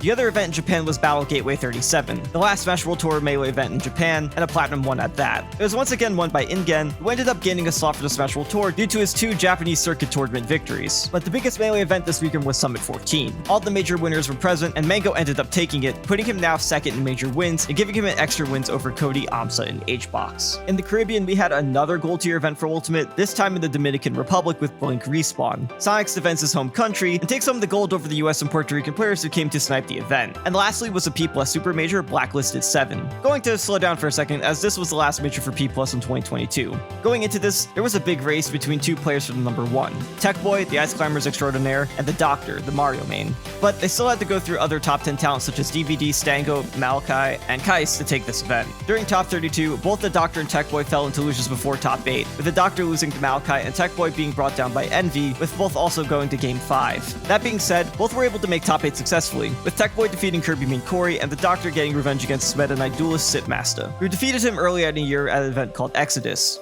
Tech Boy would find an untimely demise at 7th, losing to the Luigi player Flarp. So, the Doctor needed to outperform Tech Boy decently enough to consider this event a large net positive for the eyes of the ranking panel. But instead, he decided to do this.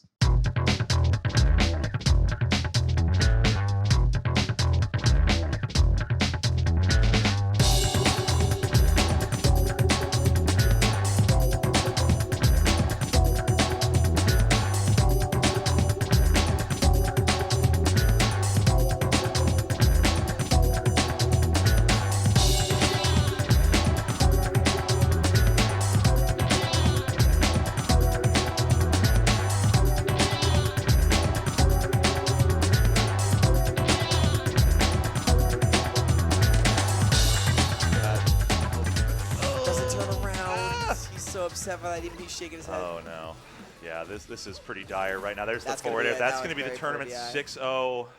The Doctor would take the entire event, winning P+'s only Super Major for the year. He would go on to win the regional Hellbreak in December and be crowned Project Plus's #1 player in 2022. While he may have won the battle for this year, I fully expect the close competition at the top to continue into next year. 1 week later, in Europe had its last Smash World Tour event, with HF LAN as a solo Melee Gold Tier event. The event was won by Smash royalty Triff, defeating Professor Pro and Frenzy for the gold medal. Melee had one other event for a different circuit, with the winner of Saving Mr. Lombardi 3 taking another qualifier spot in the Panda Cup. Some of SoCal's best all came to take the slot, with Kodorin coming out on top over S2J and Fiction, and scooping up his spot for the Panda Cup. Back in France, they were holding their biggest FGC event of the year, Ultimate Fighting Arena, which attracted Ultimate EU talent plus foreign talent from the US, Mexico, and Japan.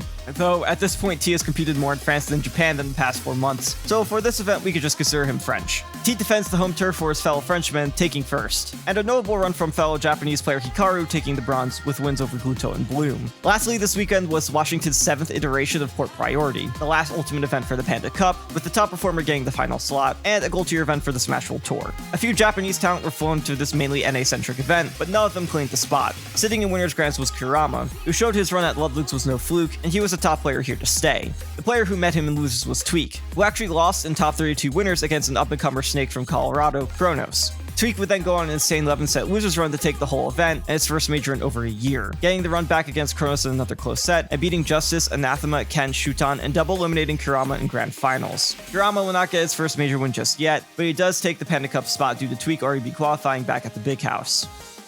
And that is, yeah, I mean, a little anticlimactic, but we make it happen. Yeah. Tweak finding the F-tilt and taking the game. Getting close to the end of November, we have a return of the Tri-State Staples Smash Major, Apex. which was also the last stop on the Smash World Tour, and a gold tier at that. Apex was a major for every mainline Smash game, so let's go over each event briefly. Apex was Smash 64's last major event of the year, and the winner was KD3, who defeated top players such as Josh Brody and Low to take his first major win ever while competing in 64. Melee had a pretty stacked bracket with major winners such as Amsa, Cody Schwab, Hungrybox, Jmook, and Zane, plus others who had the potential to do damage in bracket. Notably, the Swooper gave Samus her highest placement at a major since pre-quarantine, cracking into the top 16 and finishing 13th. The winner event was Amsa, who after finally breaking into the winner's threshold a month ago, already secured his second major trophy, defeating Zane, Hungrybox, Aklo, and Jmook in the process. He now is tied up with most Melee major winners in the past 2 months, and the question left with how little majors left in the year was, how far could Amsa go? Brawl also had a major event for his post-life scene, with this time Cody, once again not the Melee Cody, taking the event after failing to win SmashCon earlier in the year. He would do so in fashion. After defeating 686M, he would face off against Hoenn and Grands. He would go into a bit of a character stage counterpick war, defeating Hoenn's Meta Knight in the Ditto, then losing to Hoenn's Ice Climbers for Game 2, but coming back and winning the Meta Knight Ditto again in Game 3. And then, for Game 4, he decided to flex. Cody takes his first Brawl major post-quarantine, with a character considered 5 tiers below Meta Knight. Simply outstanding. Smash Wii U had an interesting outcome. The tournament was actually won by someone who started competing after Ultimate had already came out, a Bayonetta player known as Reflection. They lost to Caesar, a notable Smash 4 Link main and top 12 winners, but took the event with a 7-set losers run. Lastly, we had Ultimate, which had a much smaller level of top players, but was notably Mia's first time in the US, trying to finish a last-minute point run for Smash World Tour. The event also had some crazy upsets, with fletchling Mega Man player MPG defeating Gact and Syrup to get 3rd, Syrup defeating Dabuz to make top 8, Suarez beating Zomba, Jocko getting his first win on Dabuz and his highest performance ever at a major with 2nd, but Mia came over and just straight up dominated any player he faced, only dropping 2 games the whole tournament. While Mia didn't face off against the very top of NA outside of Jackal, it was still an impressive feat, and enough to comfortably secure him a spot on the Smash World Tour Championships. This weekend also featured the end of the Panda Cup qualifiers, with DreamHack Atlanta being the final stop of the circuit, with 2 spots for Melee and Ultimate up for grabs. Melee was a smaller event and taken by Kobold, a notable Fox player from the southeast, with the runner-up and 2nd spot going to Mewtwo King, who once again sniped his way into a circuit. Ultimate's event was also not that large due to the overlap with 2 others, and was taken by Apollo Kage, with him and Anathema grabbing the last 2 spots for Ultimate. Also this weekend was Spain's first major event for Ultimate, Tech Republic 6. UK showed that its deaths don't end with Lugi taking the whole event over players such as Mr. R, Boon for Eva, Siski, MK Big Boss, and Chag. Lastly, in November, Japan just decided to spawn a major event out of nowhere with Winter Next 1, with an unnecessary portion of Japanese top talent coming out to compete. T would come out victorious, using a switch strategy between Pac-Man and Kazuya to trip up Shuton and win from the loser side of Grand Finals. Okay, that covers everything notable for November.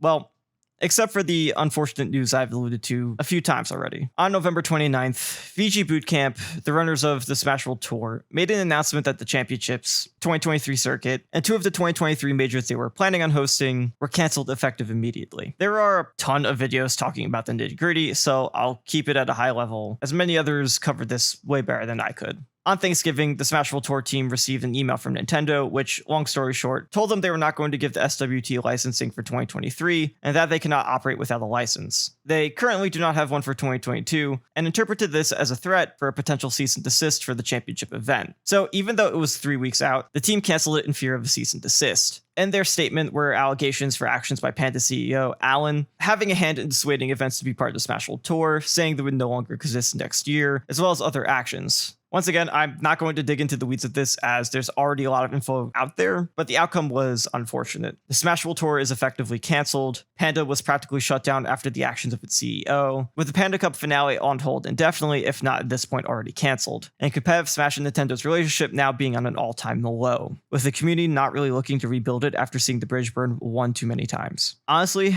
losing both circuits was a huge blow to the scene. It brought it into a phase of globalization and really highlighted how big the scene is. Losing Panda is also a huge blow. I know there's a really odd split of love-hate for what they brought to the table, but there's no denying that we lost incredibly talented people who were employed by Panda that will likely never come back to the scene, and lost a big component in getting Smash's competitive name out there. VGBC is thankfully still around streaming events, but at the time of the script being recorded, they haven't announced any events they would normally be running, and only still continue focusing on their weekly series, Xanadu. And Nintendo, as of the past 3 months, haven't really bothered with the scene since, as I have a PR statement about the situation during the week it was cancelled. But the future is still looking pretty good for the scene, and events are still as frequent and as stacked as ever. Also, if we no longer give a shit about Nintendo's approval, can we please let P+ back in events? P+ deserves better. No something, get up and keep the party jumping. No something, get up and keep keep the party jumping. While the cancellations of both circuits had dampened the mood of the community, we still had 3 events in December that were majors. First, in Japan was Saibugeki 12. It was another small-scale major won by Mia. Don't worry, Mia, you'll get your big major dub soon. Take your time. The most interesting result at this event goes to Aquila, who actually got 9th, failing to make top 8 for the first time in his offline career. He lost to Mega Man Specialist Repo in winners, and was knocked out of the tournament by Kameme. On the same weekend was Main Stage, Beyond the Summit's big major event of the year. Due to cancellations of the circuits, this event saw a big boom in attendance registrations, making it a super major for Ultimate and a major for Melee. Melee saw Mango back again on top, taking the entire event by beating the Fox Gauntlet of Cody, Leffen, and Moki. The rest of the top 4 was filled out by Cody taking 2nd, Obza taking 3rd, and Slug once again proving Ice Climbers don't need wobbling to be good, getting a strong 4th place finish. Ultimate also saw a favorable Ice Climber result with Big D once again showing up to take 3rd. Plus, another infamous online player finally entered their first major, Desmana, who took a strong 7th placing at their first breakout offline event. The top 2 at the event were Spargo and Tweak, with Tweak showing continued success from his win at Port Priority, but ultimately falling to Spargo, who has not entered an open bracket since April due to hiatus. But Spargo showed he was ready to compete again, and went on to win the last Super Major of the year in style. Oh my God, that is it! Jesus Christ, I am ending the game. Finishing touch, finishing tournament. That man Spargo is your main stage 2022 champion. With both Smash World Tour and Panda Cup now effectively cancelled, there was a notable gap still for a big finale event to happen in December. Luckily for the Smash community, Bloodlick stepped in and invited the top 8 of the leaderboard for Smash World Tour, plus the Australia and South America finalists, and handpicked players from the Smash World Tour leaderboard and Panda Cup qualifiers to form a 16-player final bracket for both Melee and Ultimate. The Scuffed World Tour took place 2 weeks after Main Stage, and the Mogul team made a quick turnaround on getting the event running. For Melee's last event of the year, we saw a top 3 of Amsa, Hungrybox, and Mango, all either going to Game 5 or trading sets throughout the final spots. We also saw an amazing losers run from Axe to get 4th. He lost to J-Moog round 1, but defeated Riken, Fiction, Leffen, and most notably Lloyd in a very hard matchup for Pikachu. Amsa took the event, which ended up earning him the number 2 spot of the year over Mango, mainly due to the panel believing while he had one less major win than Mango, his wins and the majors he's won were more impressive. And lastly, Ultimate had a top 3 finisher of Sparko, Tweak, and Shuton. Shuton's run to 3rd was thoroughly impressive, defeating Sonics, then losing to Aqua in the close 3-2 match, but followed it all up in losers, throwing all of the Buzz, Gluttony, and even MK Leo. And on top of all of that, getting the run back on Aqua in another Game 5 set, but then finally falling to Tweak in losers finals. Grand Finals was a repeat of Main Stage and the tournament that kicked off the competitive season in 2022, Collision, coming full circle. Spargo this time would defeat Tweak pretty soundly, taking the last major of 2022. Get back on stage, jumping over Seth. Oh my God, get sent. That dash attack was it right there. And there is our champion of the Scuff Invitational, Spargo, taking 2 tournaments in a row. With the year wrapped up, let's take a look at character stats for the second half of the year for Ultimate. Rob takes the number 1 slot again, but in incredibly close fashion, with Steve just 0.03% behind for 2nd. Both have a pretty sizable gap over the next in the top 5. Behind them in the top 10 are the staples, Snake, Palutena, Roy, and Wolf, all incredibly close to percentage, but Snake had the lowest secondary usage. Samus plus Dark Samus continue their rise in the meta, going up from 9th to 7th.